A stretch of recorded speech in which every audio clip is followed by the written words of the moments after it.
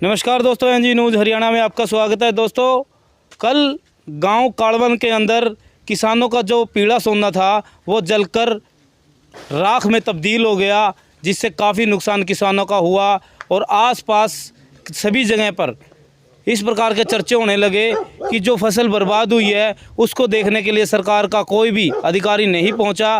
प्रशासन के अधिकारी की बात करें तो तहसीलदार साहब यहाँ पर पहुँचे थे। अभी जो किसान हैं जिनका काफ़ी नुकसान हुआ है, जो 7 महीने 8 महीने से पूरी मेहनत कर रहे थे जिस सोने की तैयारी की कटाई के लिए, जिस समय उसी कटाई का समय आया उसी समय उसमें आग लग गई और जलकर राख हो गया।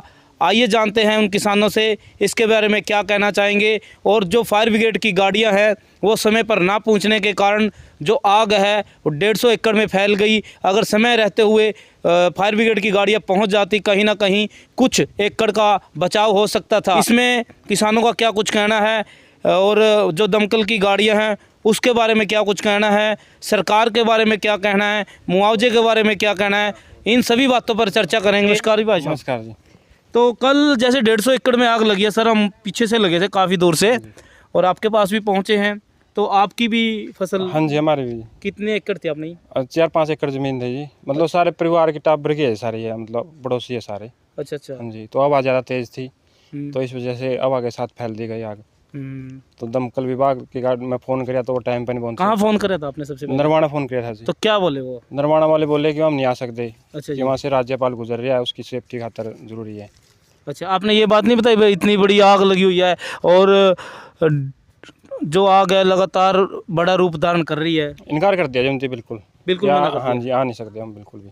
फिर उसके बाद आपने क्या किया? फिर टुहाना से आई है जी 2 गाड़ी, वो भी आखिरी में। इससे पहले तो सारा गांव इकट्ठा हो गया था। मतलब उन्होंने, जब आग लगी वो क्या समय था? वो दोपहर का समय था बिल्कुल। आपने किस समय फ़ोन कराया उनके पास?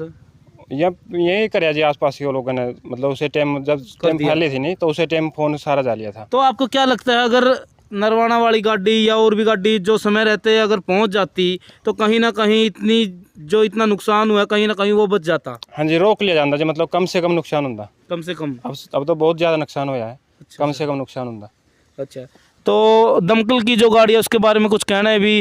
नरवाना में एक ही दमकल की गाड़ियाँ हैं और वो भी कभी किसी की सिक्योरिटी में कभी किसी की सिक्योरिटी में लगी रहती है। ऐसे में अगर बात करें गेहूं कटाई के समय तो बहुत ज़्यादा ज़रूरत होती है इन दमकल गाड़ियों की।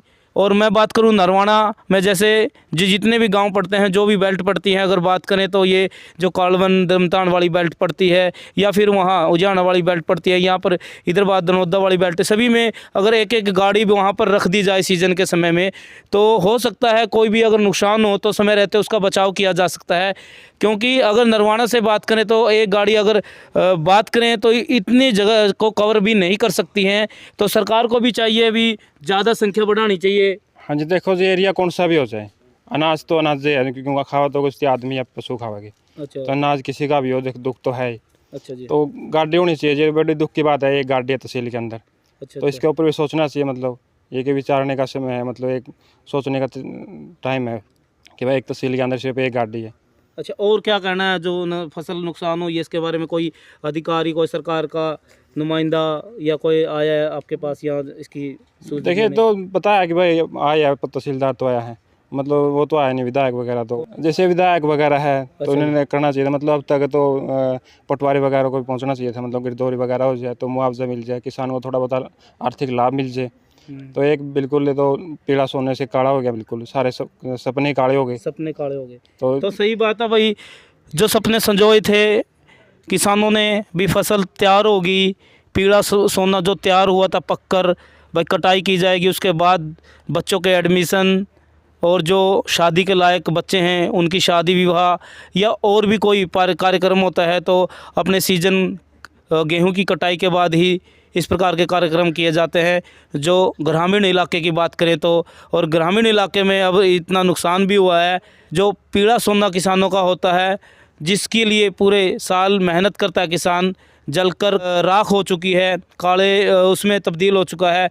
तो इसमें बड़ी क्षति हुई है किसान को। सर कुछ कहना चाहोगे इसके बारे में? भाई सरकार को किस प्रकार से प्रबंध करना चाहिए, क्योंकि ये कटाई का समय होता है तो इसमें प्रबंध पूरे अच्छी तरह से होने चाहिए किसानों के लिए, ताकि नुकसान भी ना हो और जो कटाई है वो भी समय पर हो चुके। हमने तो ये मशीन वगैरह होनी चाहिए उपलब्ध मतलब किसानों को, तो इस टाइम पे जैसे कि व्यवस्था करनी चाहिए, सरकार को सोचना चाहिए इसके बारे में। अच्छा लेकिन सरकार सोचती नहीं है किसान के बारे में, सिर्फ वोट बैंक के टाइम ही याद आवे किसान। अच्छा जी। हाँ जी, वोट हो रहा है, 5 साल के बाद बैठ से आराम से, 5 साल के बाद फिर याद आवे किसान।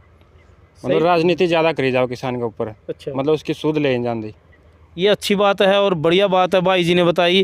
भाई राजनीति करने के लिए हर व्यक्ति आ जाता है किसानों के साथ, किसानों की बात करता है, किसानों के मुआवजे की बात करता है या फिर किसानों के हक की बात करता है। लेकिन जब बात करें इस प्रकार का हादसा या नुकसान होता है, वहाँ पर सुध लेने के लिए भी कोई भी सरकार का कोई नुमाइंदा या सरकार का कोई भी, अगर एमएलए एमपी की बात करें वो भी नहीं पहुँचता है। तो ये बड़ी एक दुखदाई घटना गांव कालवन के खेतों में पहुंचे थे। और जिस प्रकार से भाई जी ने बताया कि हमारा जो पीला सोना था वो जलकर राख हो चुका है और नुकसान इतना हुआ है कि आगे जो फसल की बुआई करनी है उसके लिए कर्जा उठाना पड़ सकता है, जैसा भाई जी ने हमें बताया था। ये तो है ही जी, हर एक चीज़ का रेट बढ़ गया। तेल आप देख सको 100 का पत्ता पार कर गया। अच्छा, तो बुआई है, बिजाई, हर एक चीज़ का रेट बढ़ेगा तेल के साथ। तो फिर अब जैसे आगे की फसल के लिए फसल तो नुकसान काफ़ी हो गया आपका। ये तो है जी, किसान का तो जुआ है किस्म का। तो फिर तो कर्जा उठाना पड़ेगा। बिल्कुल है जी, हर एक व्यवस्था करनी है, बच्चे की फीस है, दवा दारू का बारे में देखना पड़ेगा, ठीक है नहीं।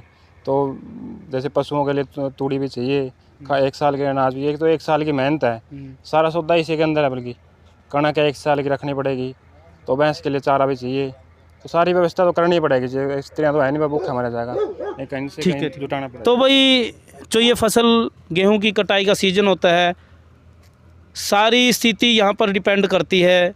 अगर बात करें आड़तियों का, दुकानदारों का, सभी का सीज़न इसमें शुरू हो जाता है जब भी फसल कटाई हो जाती है।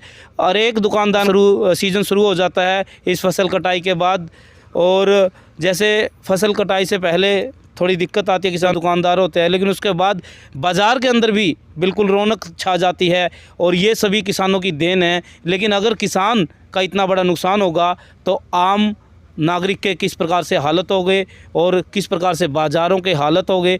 तो इस बात को ध्यान में रखते हुए सरकार को गंभीरता से सोचना होगा किसानों के बारे में, और जो नुकसान हुआ है उसकी भी भरपाई करनी होगी। तो मेरी एक ख़ास अपील है आप सभी से, वीडियो को ज़रूर शेयर कर देना। जिस भी किसान का नुकसान हुआ है, मैं चाहूँगा नुकसान सरकार भरपाई करे और आगे के लिए जितनी भी ज़रूरत पड़ती है किसान को, जिस भी सामान की ज़रूरत पड़ती है वो सरकार उपलब्ध करवाए, मुहैया कराए, ताकि किसान को किसी प्रकार की कोई दिक्कत ना हो आगे बिजाई के लिए, आगे फसल के लिए। धन्यवाद। एनजी न्यूज़ की खास रिपोर्ट दी। किसानों ने कटाई भी शुरू कर रखी है और देख सकते हैं यहाँ पर मशीनें कंपाइन लगी हुई है हर जगह पर, और इन्होंने भी कंपाइन शुरू कर रखी है ताकि जल्दी से जल्दी कटाई की जा सके।